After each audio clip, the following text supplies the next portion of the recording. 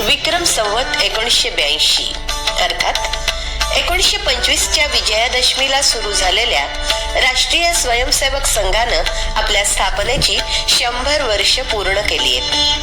संघ आज विश्वातील सर्वात मोठं सामाजिक संघटन असल्यानं स्वाभाविकच संघाविषयी जाणून घेण्याची उत्सुकता समाजामध्ये वाढू लागली आहे. संघाला जाणून घ्यायचं असेल तर संघाचे संस्थापक डॉक्टर केशव बळीराम हेडगेवार यांना जाणून घेणं आवश्यक. ते जन्मजात देशभक्त होते. स्वातंत्र्य चळवळीत त्यांचा सक्रिय सहभाग होता. त्यासाठी त्यांनी 1921 आणि 1930 मध्ये तुरुंगवास देखील भोगला.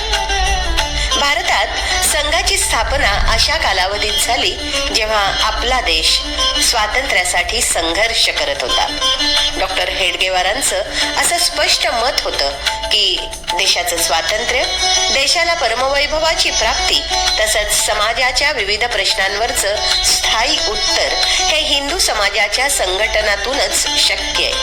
त्यांनी जाती, भाषा, वेशभूषा, प्रांत इत्यादी विविधतांनाच भेद मानून असंघटित झालेल्या हिंदू समाजाला हिंदुत्वाच्या आधारावर संघटित करण्याच्या विचारानं संघाची स्थापना केली.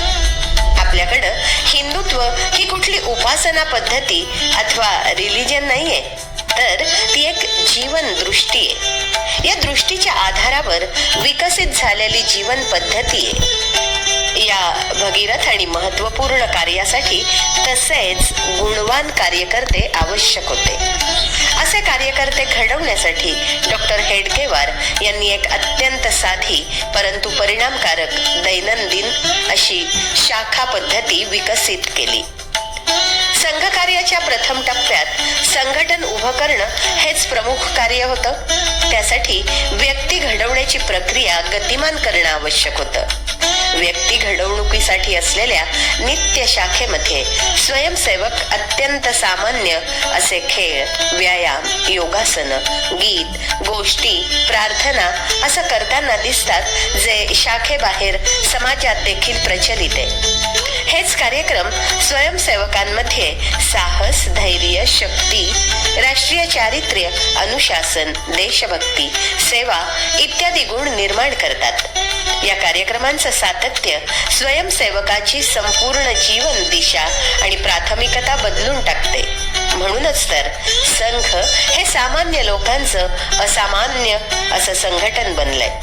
या कार्यपद्धतीमुळं जे स्वयंसेवक तयार झाले त्यांच्या आचरणानं संघाची समाज जीवनात सकारात्मक प्रतिमा निर्माण झाली.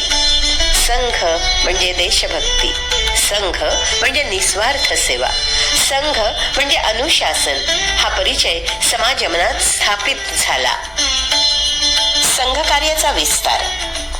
कुठल्याही श्रेष्ठ कार्याला उपहास, अपेक्षा, विरोध आणि पुनश्च स्वीकार या स्तरांवरून जावंच लागतं.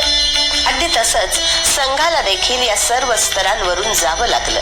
परंतु श्रेष्ठ अधिष्ठान, उत्तम कार्यपद्धती आणि स्वयंसेवकांच्या निस्वार्थ देशभक्तीनं भारलेल्या समरसतापूर्ण आचरणानं संघ समाजाचा विश्वास जिंकण्यात यशस्वी ठरला आहे. आज संघाचं कार्य काश्मीर पासून कन्याकुमारी आणि कच्छ पासून अरुणाचल प्रदेशापर्यंत भारताच्या प्रत्येक कोपऱ्यात पोहोचले. संपूर्ण भारताच्या एकूण 924 जिल्ह्यांपैकी 98.3% जिल्ह्यांमध्ये संघाच्या शाखा सुरू आहेत.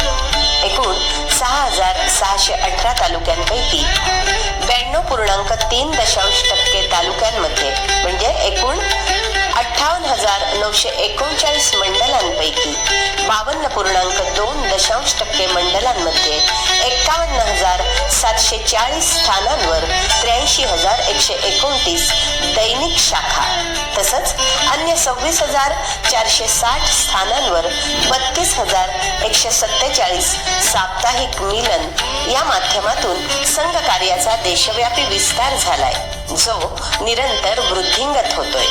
या 83,129 दैनिक शाखांपैकी 59% शाखा विद्यार्थ्यांच्या आहेत आणि उर्वरित 41% शाखा व्यावसायिक स्वयंसेवकांच्या आहेत.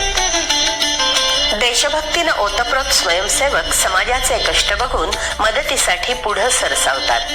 आज कोणत्याही नैसर्गिक अथवा अन्य आपत्तींमध्ये ते त्वरित घटनास्थळी पोहोचतात. केवळ आपत्तीच्या वेळीच नाही तर नियमितपणे देखील समाजात दिसणारे अभाव, दुःख, उपेक्षा दूर करण्यासाठी स्वयंसेवक आपल्या क्षमतेनुसार मदत करण्याचा प्रयत्न सर्वत्र करताना दिसतात. आज संघाचे स्वयंसेवक समाजाच्या सहभागितेने स्वास्थ्य, शिक्षण, संस्कार आणि स्वावलंबन या विषयांवर ग्रामीण आणि नागरिक क्षेत्रांमध्ये 1,29,000 सेवा कार्य चालवत आहेत. याशिवाय स्वयंसेवक प्रशासन अथवा सरकारवर अवलंबून न राहता आपल्या गावाचा सर्वांगीण विकास सर्व ग्रामवासियांनी मिळून करावा या उद्देशानं ग्रामविकास कार्य देखील करतायत. भारतीय वंशाच्या गायींचं संरक्षण, संवर्धन, वंश सुधार हे सगळं करत असताना गोबर आधारित जैविक कृषीसाठी शेतकऱ्यांना प्रशिक्षण, प्रबोधन आणि प्रोत्साहन देण्याच्या दृष्टीनं गोसेवा, गोसंवर्धन हे कार्य देखील करतायत. वास्तविक स्वयंसेवक नियमितपणे समाज परिवर्तन आणि समस्यांचं निराकरण करण्यासाठी सतत सक्रिय आहेत. परंतु शताब्दी वर्षानंतर 5 विषयांवर सज्जन शक्तीच्या सहयोगानं जनजागरण करण्यासही आपण विशेष प्रयत्न करूया. यांना पंचपरिवर्तन म्हटलं गेले. हे 5 विषय असे आहेत. पहिला विषय सामाजिक समरसता. आपल्या समाजात काही समाज बंधू भगिनींना उपेक्षित मानून शिक्षण, सुविधा आणि सन्मान यांच्यापासून वंचित ठेवलं गेलं. त्या अनुषंगानं सगळ्यांना सोबत घेऊन वाटचाल करण्याचे प्रयत्न सामाजिक समरसता या माध्यमातून सुरू झाले. आपला समरस हिंदू समाज विविध जातींच्या नावानं ओळखला जात होता, परंतु या कारणानं कधीही समाजात अस्पृश्यता, भेदभाव नव्हता. संघर्ष काळात आलेल्या या विकृतीच्या स्वार्थी तत्वानं जातीय विद्वेष वाढवून समाजाचे तुकडे करण्याचं काम केलं. यामुळं समाजातील अस्पृश्यता आणि भेदभाव दूर करण्यासाठी आपल्या मित्र परिवारात सर्व जाती समुदायांच्या लोकांना सामील करावं आणि वेळोवेळी पारिवारिक कार्यक्रमांमध्ये सामील करून घेण्याचा प्रयत्न करावा. आपल्या घरी अथवा कामाच्या ठिकाणी सहयोगी आणि सेवा देण्यासाठी येणाऱ्या सर्वांच्या प्रती आपला व्यवहार स्नेहपूर्ण असावा. त्यांना काही उत्सवांच्या प्रसंगी परिवारासह सन्मानाने आमंत्रित करावं. तसंच त्यांच्या घरी देखील कधी कधी येणं जाणं असावं. सर्व जाती आणि समुदायांच्या प्रमुखांनी एकत्र बसून काही समस्या आणि आव्हानांवर विचार करून त्यातून बाहेर पडण्याचा सामूहिक प्रयत्न करावा. हे अत्यंत आवश्यक आहे. पंचविषयातला दुसरा विषय पर्यावरण संरक्षण.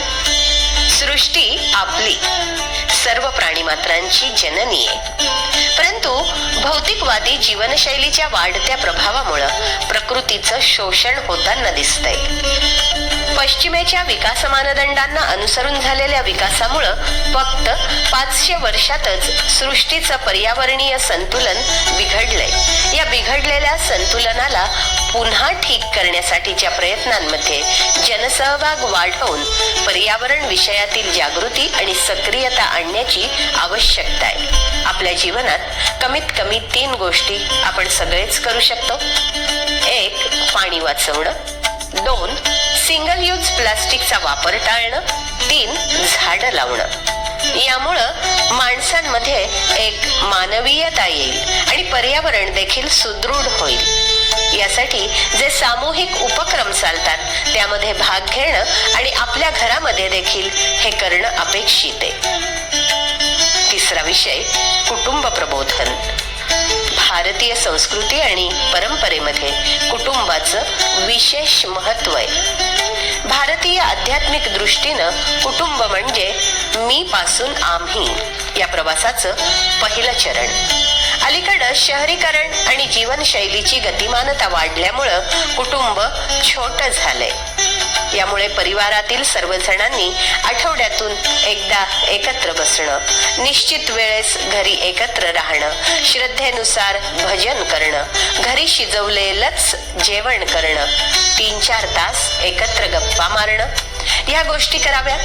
गप्पा मारत असताना आपण कोण आहोत, आपले पूर्वज कोण होते, आपली कुल परंपरा काय आहे, काय चांगलं काय वाईट, आजच्या काळात काय काय आवश्यक आहे, अशी चर्चा करून त्या आधारे आपल्या घरात सगळ्यांनी सहमतीनं या बाबींना लागू करणं हे यात अपेक्षित आहे.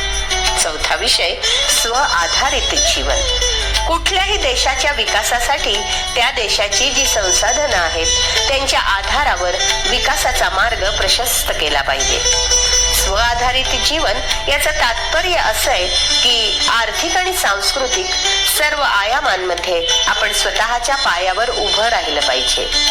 स्वदेशी जीवनशैली प्रत्येक व्यक्ती, प्रत्येक परिवाराच्या स्तरावर स्वीकारावी लागेल. तरच भारत एक आत्मनिर्भर देश होईल.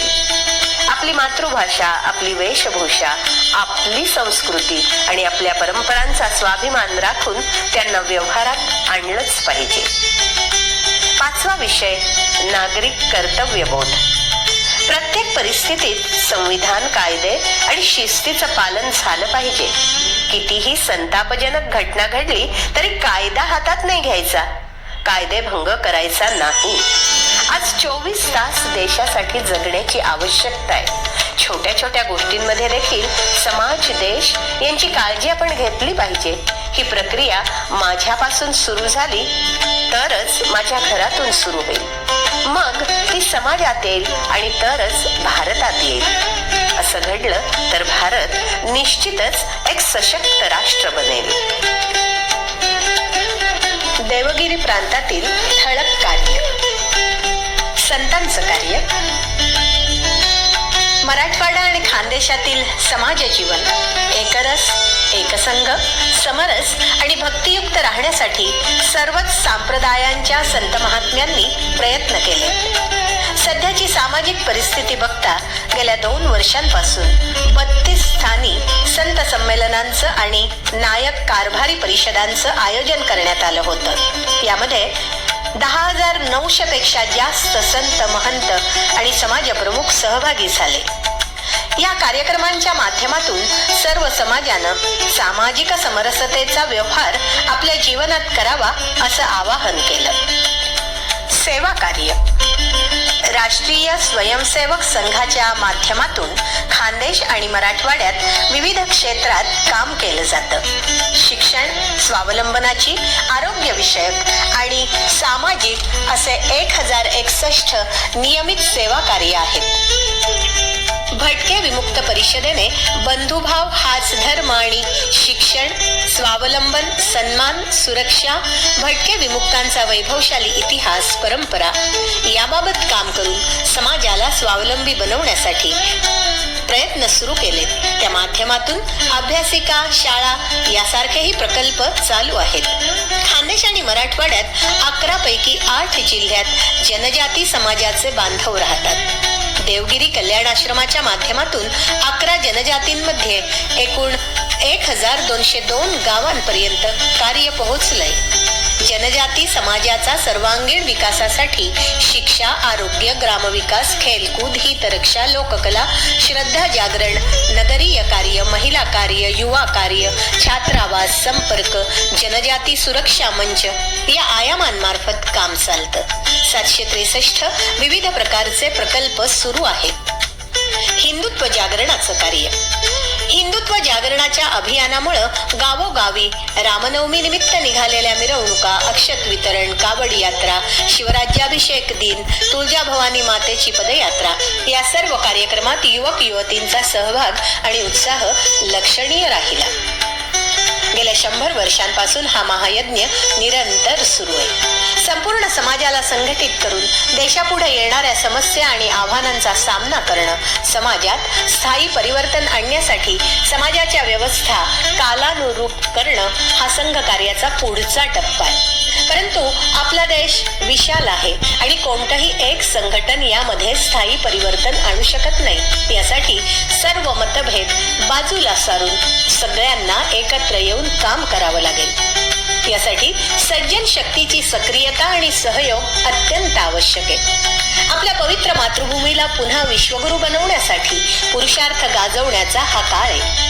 सर्व माता बंधू भगिनींना हे आवाहन आहे की या राष्ट्र कार्यामध्ये आपण सर्वांनी आपली आवड आणि क्षमतेनुसार सक्रिय भूमिका स्वीकारावी. भारत मातेच्या या जगन्नाथाच्या रथाला पुढे नेण्यासाठी सगळ्यांचं सहकार्य आणि शक्तीची आवश्यकता आहे. चला तर या अमृत काळामध्ये सगळे मिळून आपल्या भगीरथ प्रयत्नांनी भारत मातेला परमवैभवी नेऊया.